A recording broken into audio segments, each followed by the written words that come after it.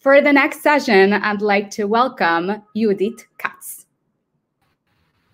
Hi. Hi, Judith. How are you? Where are you talking with us? At my home in Betzait, Israel. Ah, love Betzait. Yeah, nice to meet you. Awesome. So what will you be discussing in your session today? So we will talk about how we can connect during these hard times of social distancing, how we can create meaningful relationships and go through this hard time with maybe even better relationships than before. I so want to hear that, and I have the feeling that I'm not the only one.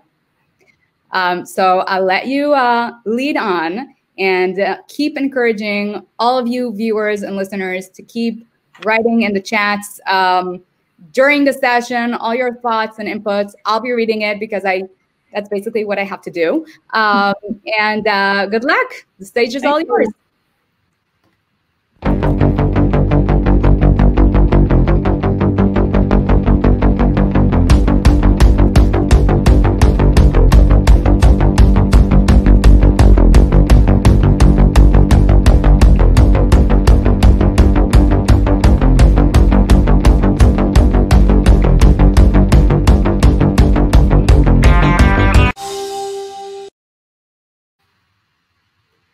So, hi, everyone. I want to start by saying it's very nice to see you all. And relationships, or meaningful relationships, are actually the most important thing we see in research for happiness. We feel at our best with people that we love. And I want to share a really short story with you. It's a story about Christopher Peterson, Professor Christopher Peterson, who was actually one of the founders of the field of positive psychology. And he used to open his lectures with this short saying. He used to say, if you don't want to hear about positive psychology and everything's about it for a whole hour, just listen to me for a few seconds, because other people matter. That's it. I'm done. And on the other side, we see the effects of social isolation, social loneliness, chronic social loneliness that are related to depression and dementia and heart disease. And we even see in research that loneliness or chronic loneliness can be even worse than smoking 15 cigarettes a day. So today we will be here not to depress you, but to understand the phenomenon of social isolation, and most importantly, to think how we can deal with it better and to improve our situation, even in this time that is quite challenging. So I would like to introduce our panel friends here. So hi, everyone. Hi. Hi. It's nice to see you all. And please just introduce yourself in one sentence. Tell us what you do. Where are you in the world? And what do you miss most in your social life? I'm first, Judith. Yeah, Ronit, please. Okay. My name is Ronit Kishan. I'm a clinical psychologist. I have a practice. I've had a practice in Israel for more than 12 years. I'm Israeli. You'll see that by the accent. And I'm now in New York. I've had my private practice here for 20 years. And I'm a psychologist of trauma. I've worked with Holocaust survivors and their families, with Vietnam veterans and their families, with many wonderful Israeli veterans in the Ministry of Defense and their families, with 9/11 survivors and their families, and I'm now working with people who are affected by COVID. And I also do my research at Columbia, and I study changes in the brain that can inform us about which psychotherapy a certain person needs, because as we know, all psychotherapies are good, but it's more about matching the right one to the right person in a certain moment. And thank you. I'm delighted to be here. Great. And what do you miss most in your social life? I miss most the hug and the kisses. The rest I can compensate, but I didn't find a compensation yet for that, but I'm waiting. As we said earlier. Totally agree. Thank you. Anat. Hi, everyone. I'm Anat. I'm a clinical psychologist, and today I'm the director of the graduate clinical program at the School of Psychology in the IDC in Herzliya. I'm actually an expert in interpersonal psychotherapy, so that's exactly what we're going to talk about today, interpersonal aspects and their meaning with depression and with other good things as well. I think I'm with Ronit. I miss mostly the hugs, actually specific hugs with my parents. So I know we're talking about parenthood, and we're also kids, though. So that's my missing. Thank you. Shirley. Hi. My name is Shirley, Shirley Yuval-Yair. I'm an Israeli psychologist. I'm a therapist. This is my clinic. Welcome. I see my patients here in Hod HaSharon. I'm also a children's book writer. I've written a series of books, among them a series of books about positive psychology with my partner, Dr. Tal Ben-Shachar. And I'm a public speaker. I teach positive psychology, and I'm also a musician. And I'm singing, and singing is definitely one of the most important ingredients in my happiness nutrition on a daily basis, especially during pandemic times. I sing much more, and it makes me calmer, happier, and this is my way to meditate. I'm trying to answer that question of what do I miss. I think it is diversity. Hugs is also something I miss, but I think my husband is I'm really compensating for that. I've been hugging him so much lately because there aren't many other people, so I like hugging him, but I do miss hugging, but I think miss the diversity of people around. I'm fortunate to live with my family, and with a few of my closest friends are nearby, but I miss the sense of diversity, that the world is bigger. Yes. Thank you, Shirley. I will also introduce myself. I'm Judith Katz, and I'm an entrepreneur, lecturer, writer, coach. I specialize in the field of positive psychology, and I record a podcast in Israel called Choshvim Tov. I don't know if it has a good translation in English, maybe thinking good, but it's not a really good translation. And I also met Shirley in one of the podcast episodes, and Marieli and Tal Ben-Shachar that we heard before. I recently published my first book, and so it's really an exciting time for me as well. So today we are here to understand the phenomenon, and I really want to ask you a broad question, and maybe we will start with Anat. What is social isolation? What do we mean by social isolation, and why is it important to talk about it? So I think social isolation in general could be either real, that people or kids are literally isolated, have no friends, are very lonely, have nobody to talk to at home, in school, or outside of school, at school. And there's perceived isolation. So I think it's two different things. And what's very important for us is to assess and to really be aware of what's going on. Is this kid really isolated? What happened before COVID? What's going on now with COVID? And what about the perceived? So what's going on that although he has friends, he doesn't feel like he has friends, or that he's getting the support that we think he needs, but something's missed there. The reason why it's extremely important from my point of view as a clinical psychologist is that we know from a lot of studies by now that it's actually associated both cross-sectionally and longitudinally to depression. And when I say depression, I mean clinical depression. Now, as an optimist and as a happy person, I'll say immediately, the good news is that we can treat that. So we can treat both the isolation and the loneliness and the depression. But I think it is important to know, without depressing anybody, that it's very connected to depression. And I don't mean sadness. I don't mean blues or a bad day. I mean clinical depression, which is a serious disorder. Thank you. Shirley, what is the difference between loneliness and isolation? Yeah, I think it's very, very important to state the difference, because There is a huge difference, in my opinion, between feeling lonely and being alone. Loneliness is not a feeling. It's not a physical state. It's an emotional state.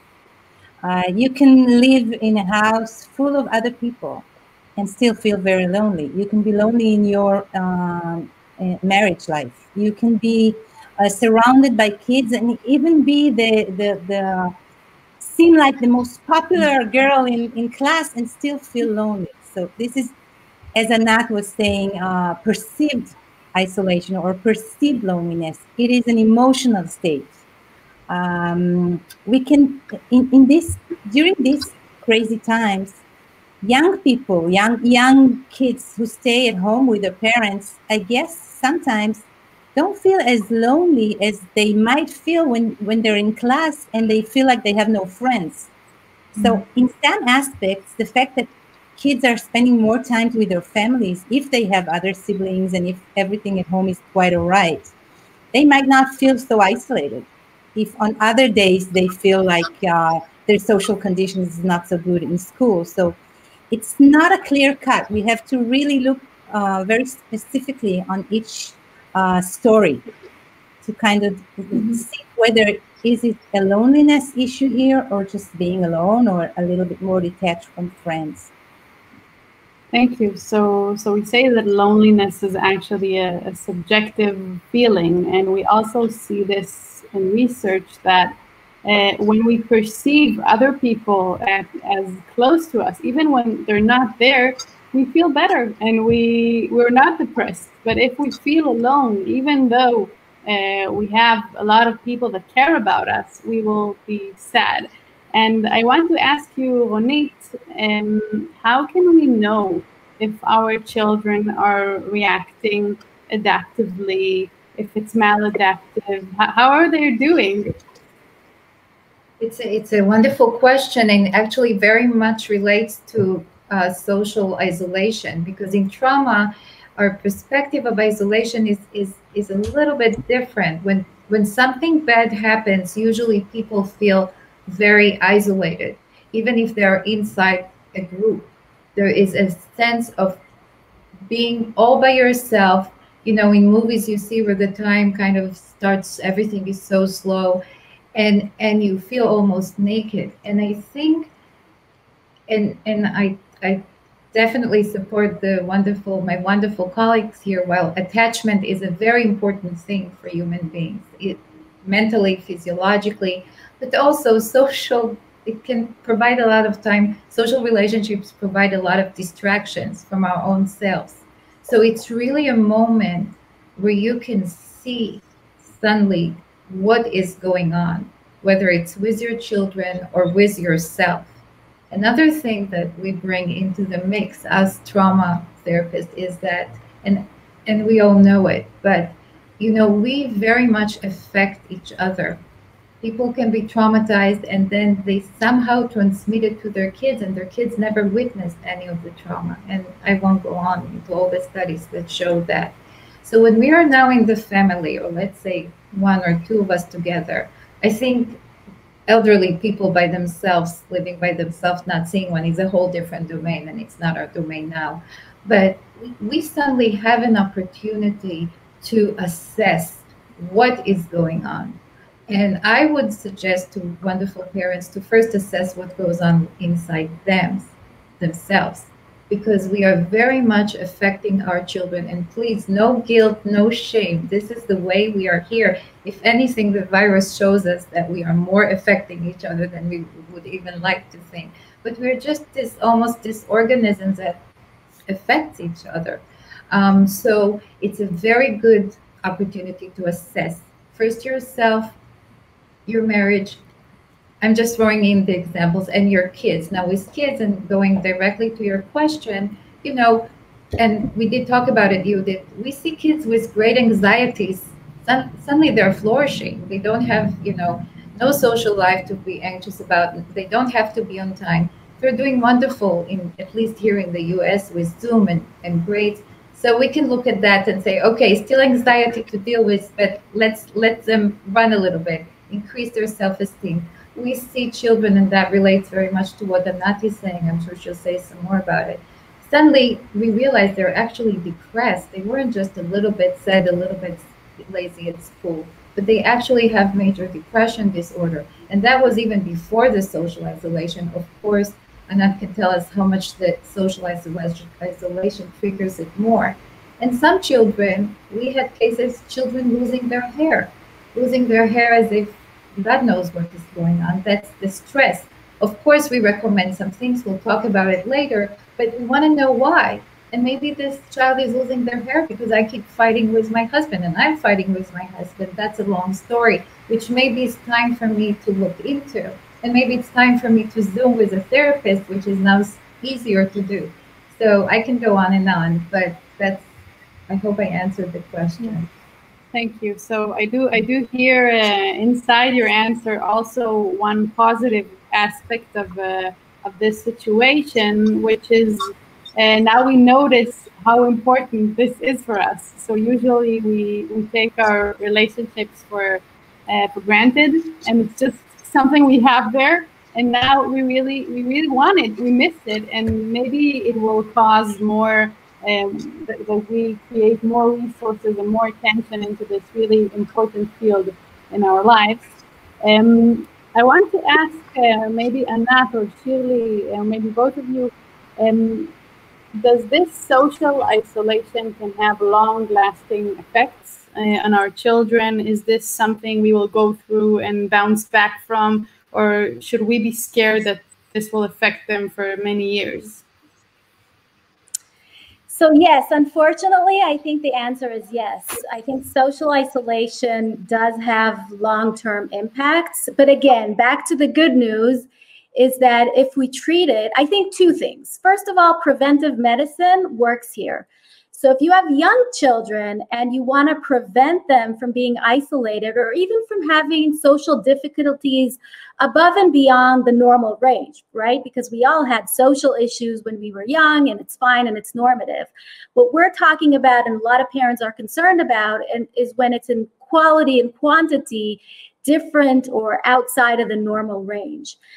If you think about prevention works, because if you teach your kids what we call social emotional learning, give them skills, literally muscles, emotional muscles, social muscles, how to become friends, how to fight, how to forgive, how to say I'm sorry and apologize, how to maintain a conflict, then you will prevent social isolation during COVID just as in normal life. If you already have kids who are isolated, there are great interventions that will prevent the long-term outcomes. And I'm not talking about long-term psychotherapy. I'm literally talking about evidence-based interventions that could be very short-term. I mean, we do a lot of interventions that could be anything between 5 to 12 to 16 sessions, which is not a lot for kids. It does involve the parents, and we prevent the long-term effects. So bad news, the answer to your question is yes. Good news, there's a lot to do. Good news in order to be proactive in this situation. Shirley, I want to address a question we got from Eldad in Chicago, and it's about the gap that seems to be growing between children who receive support at home and children who don't receive support at home and face even more and more challenges. Is there something that we as parents can do in order to maybe make the gap smaller? Well, I think the only thing we could do is in our households or in our immediate community, because we don't know what happens in other houses right now. I'm not talking about as professionals, but about people who are hearing us now. The thing is, I think that one of the opportunities there is now in these days is to educate our kids to entrepreneuring in terms of their social life. It's harder, their friends are away, but even if your child doesn't have so many friends, or not even just a bunch of them or just one, try to encourage your child to be in touch. Set a Zoom dating. I don't know how it is in Israel. We're a bit flexible about not seeing each other. So if you're open to have a friend come over, or go and see the friend in the park or in the nearby yard or in your backyard, try to really encourage your kids, your own kids, to reach for contact. Even if it's on a small scale, sometimes it's even easier to do it on a small scale. I mean, for kids at school, sometimes it is a jungle. It's not always as it is. It seems like, oh, we are amongst friends. How wonderful. It's not always so easy out there. And since we are now at home and we have a little bit more control over who we try to call or who we invite, this would be one thing that could be helpful.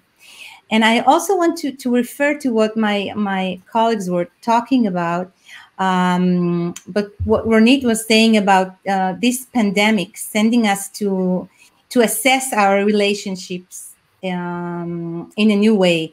I think that what COVID-19 is doing is that it kind of brought everyone back home, and we all live. We don't live in our houses. It's not that we live in a 3 or 4 bedroom apartments. We live in our relationships. That is where we live. And during these times, this is what we see. What is our relationship? How is my marriage life? What is my parenting skills? What is my relationship with my teenager, which is not the same as with my toddler? How are we as a family? The families now are serving, in my opinion, we are in the family, we are now like a little community, because that's what we have. So we need to be a good community. We need to make more efforts to be with each other, to play with each other, to spend time with each other, parents with kids, and kids amongst themselves, siblings together. And I think this is also happening because we have to spend more time together. In these days of quarantine in Israel, we have in our just near my house, there is this big field that no one usually goes to, but now everyone feels suffocating. So we can go like 500 meters away from home. So everyone is out there. People are going out with their dogs, with their kids. It's like something that we had when we were young in Israel. We had this shchuna. And all of a sudden we have it again because people are so hungry for to contact. Like I've been living in this neighborhood for 4 years, and this in the past 2 or 3 weeks, people that I've never known adjust to me, and kids say, "What's your name?" People are hungry for contacts, and we can make it in many ways. So this is the time to do it as a little community, as a family, just parents and kids, and to encourage that. And I just, and one last thing that Dan Ariely was talking about, we were talking about that in the first session about should we put happiness on hold for a while, because how can we talk about happiness in these crazy times? And I also think it's on the contrary. I think that as Nomi Shemer, who is an Israeli musician and writer, she has this song saying, my happiness is my protest. השמחה שלי היא המחאה שלי. And this is like, for me, it is a motto. It's not that I'm always happy. And in these days of crisis, I cry more, I'm more tensed, sometimes I'm more despair, but I'm also filled with hope, and sometimes I'm happy. It's the sometimes era. And it's also important for us at homes to show that to our kids. Today was a bad day, but tomorrow is different. Yes, thank you, Shirley. I really agree. And I also want to emphasize our role as parents in modeling relationships, because if our children only see us working, and yes, we have meetings on Zoom, let's say, but we only discuss work things and then we say goodbye, and they don't see us cultivating relationships outside home, talking with our friends via Zoom and just hanging around with people, even if it's an online hang around, it's really important for them to see that their parents are actually devoting time for this. And I think it's really hard to work with your children in order that they will be more with their friends on the internet if you don't do this on your own. So I want to ask Ronit if something in our role as parents is actually changing during these times. Is there something that we need to do differently, or other values we need to emphasize during these times?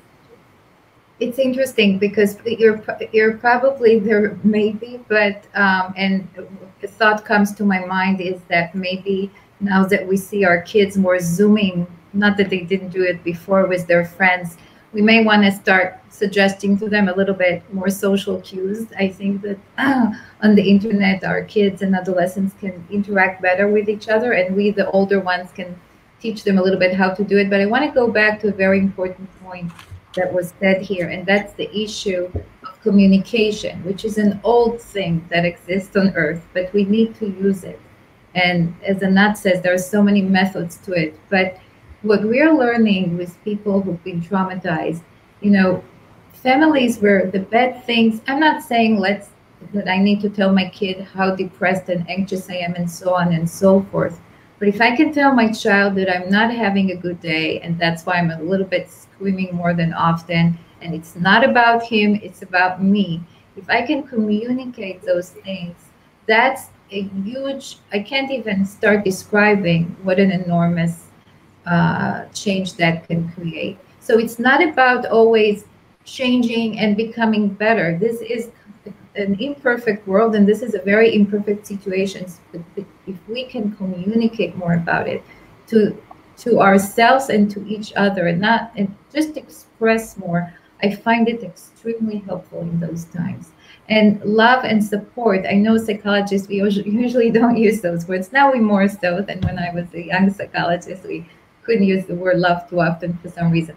We really need to be supportive with each other. We need to choose our battles. Many things, you know, we can focus on some things are just not so great. We need to be very supportive. And at the end of the day, if we can all watch a movie together, even if it was a bad day, I think that's very important. Thank you. You know, recently I read this discussion talking about the term social isolation, and that this term is actually creating damage by itself, because we should actually call this physical isolation or physical distancing and not social distancing, because we are not socially distancing. We want to connect socially. And yes, we need to stay apart or to talk to each other with 6 feet or 2 meters, but we do want to connect socially. And I think technology is now one of our best possible solutions. And we're used to blaming technology for loneliness and pointing out how we scroll passively through the social media. But we see that actually it turns out that it is how we use technology that matters. We can use technology passively and really just scroll through Facebook or Twitter or something, and we can engage with it actively. We can create meaningful conversations, just like we're here now speaking to each other about such an important subject. And I really want to devote some time in our session into how we can use technology, which is our best tool now, in order to create relationships, improve existing relationships, and cultivate them. And Anat, maybe you have ideas to how we can do this. So I think your point about technology is extremely important, because the technology could be a devil or an angel, right? It's what we make or what the kids make out of it. And I think it's really important that we support them in using technologies in an adaptive way. You know, the studies about technology and depression and suicidal risk have to be read very carefully, because we still don't have causality studies. It's more cross-sectional studies that talk about the association between the two. And a lot of times what's important for parents to understand is that it could be the other way around. So a kid who has a difficult time goes to technology and uses it in a different way and can become addicted. So again, the awareness of the parents of what the kid is doing there. How can we help the kid use technology to be in touch with others, to create new or other social interactions? But here I think it's important, as I said before, I think it's important to assess what is wrong with the kids' use of technology, because I want to relax a bit and say we're all using more technology now, and it's probably fine. The issue is what's wrong within our use or our kids' use, and how can we help them? So again, besides, not just beating them and being angry at them, but really understanding what are they doing there? How can we help them get out of there? A lot of them don't want to be so much with the screens, but they're ashamed to say that they need help. And one of the things that we want to help them is talk about what are their difficulties. What can we help them with? And a lot of families find it hard for the kids to express what's difficult for them and how can we help them. And I think COVID is a great opportunity to practice these skills because they're extremely important, both with technology and without technology. Yeah. Yes. Thank you. I think the next best thing to one-on-one person meetings is actually the video, because we see body language and other nonverbal forms of communication. And I think this is something I would emphasize, because we text a lot and we filter our photos on Instagram and we have stories, and this is not real communication. Real communication is actually a talk face to face. So this is something we can really emphasize, and it doesn't have to be only talking. It can also be really hanging around, because when we meet people on normal life, let's say, we don't always talk. Sometimes we just do something together. We watch a show, we play a game, we just sit next to each other. So this is also something we can think about, how we can just be together online. And I can add on that something. I think the very important thing that Anat was saying is about talking. I mean, create more conversations. There is a difference between when you use technology and you're very passive, right? You go through other people's stories, you just and you're just very passive. When you talk, when you text, when you video, when you chat, it's different. You're active. You create a conversation. And I also think that questions are being curious is what makes us more lively. And this is an antidote to depression, right? When we feel alive, when we feel renewed. And when we're very passively just, reading something, or being passive is not good. It links to depression and to more isolated. So encouraging being active in the way you use technology. I also want to leave a little for a minute the aspect of technology and come back to what we can do as parents at home. And this is to play more with our kids at any age. I mean, it's easier when they're young. It gets tough when they're teenagers. I have 3 teenagers at home. One is not at home and she's in the army, but I think they would like to be isolated from me many times a day. But still, we find time to, at the end of the day, play a game together, even if they can and it just makes a difference. And the games could be of all kinds, but if you could weave into the games a conversation, that is what makes us connect.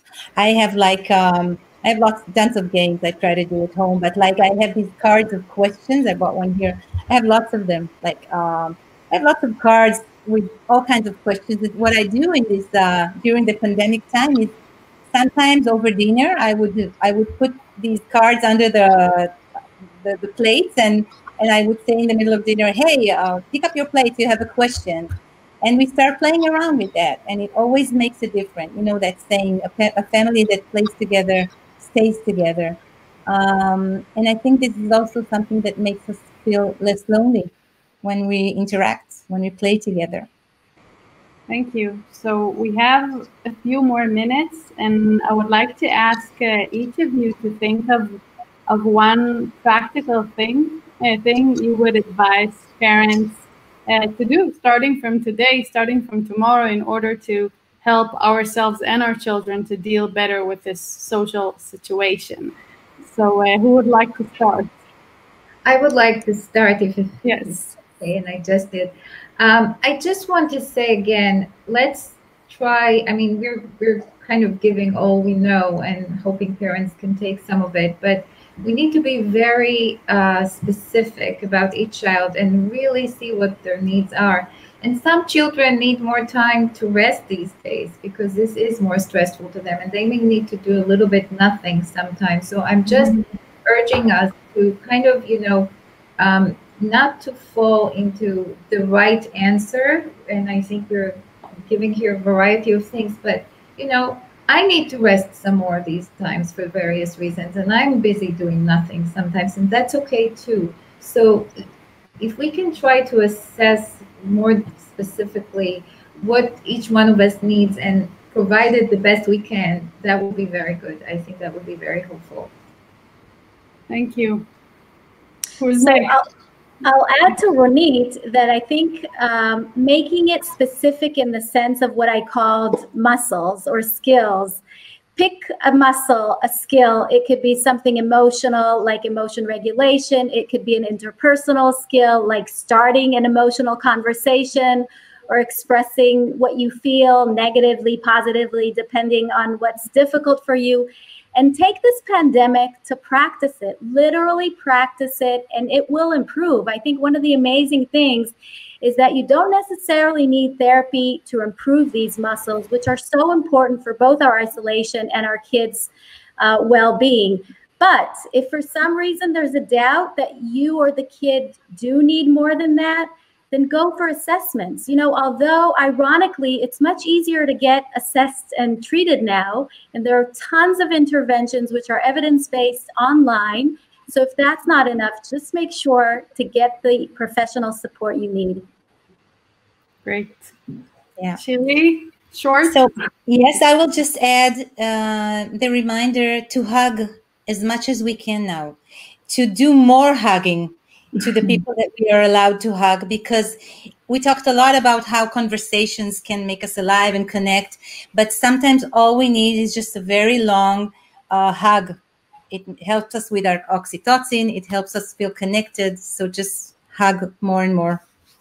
Thank you. Really important advice. And the last thing I would like to address is actually helping another person, going outside ourselves and really creating this connection that reaffirms to ourselves that we're bringing value to the world, and reaching out and asking the neighbors, how can we ask? Or if there's someone in quarantine or isolation, we can ask how we can help. Or if we know we have a friend that this is a very hard time for them, we can also ask them how you're doing. And really going outside ourselves is really empowering for us and for the people we can help. So thank you, everyone. It was really, really nice talking to you. I think we gave a lot of practical tips and also ideas to think about and reflect on our situation in our homes and children. So thank you, Ronit, Kishon, and thank you, Shirley, Yuval-Yair, and thank you, Anat, Klomek, and I was Judith, Katz, and I hope this session was meaningful for all the participants, and thank you for sending questions and being active here on the chat. Thank you. Be well. Thank you. Bye. Bye.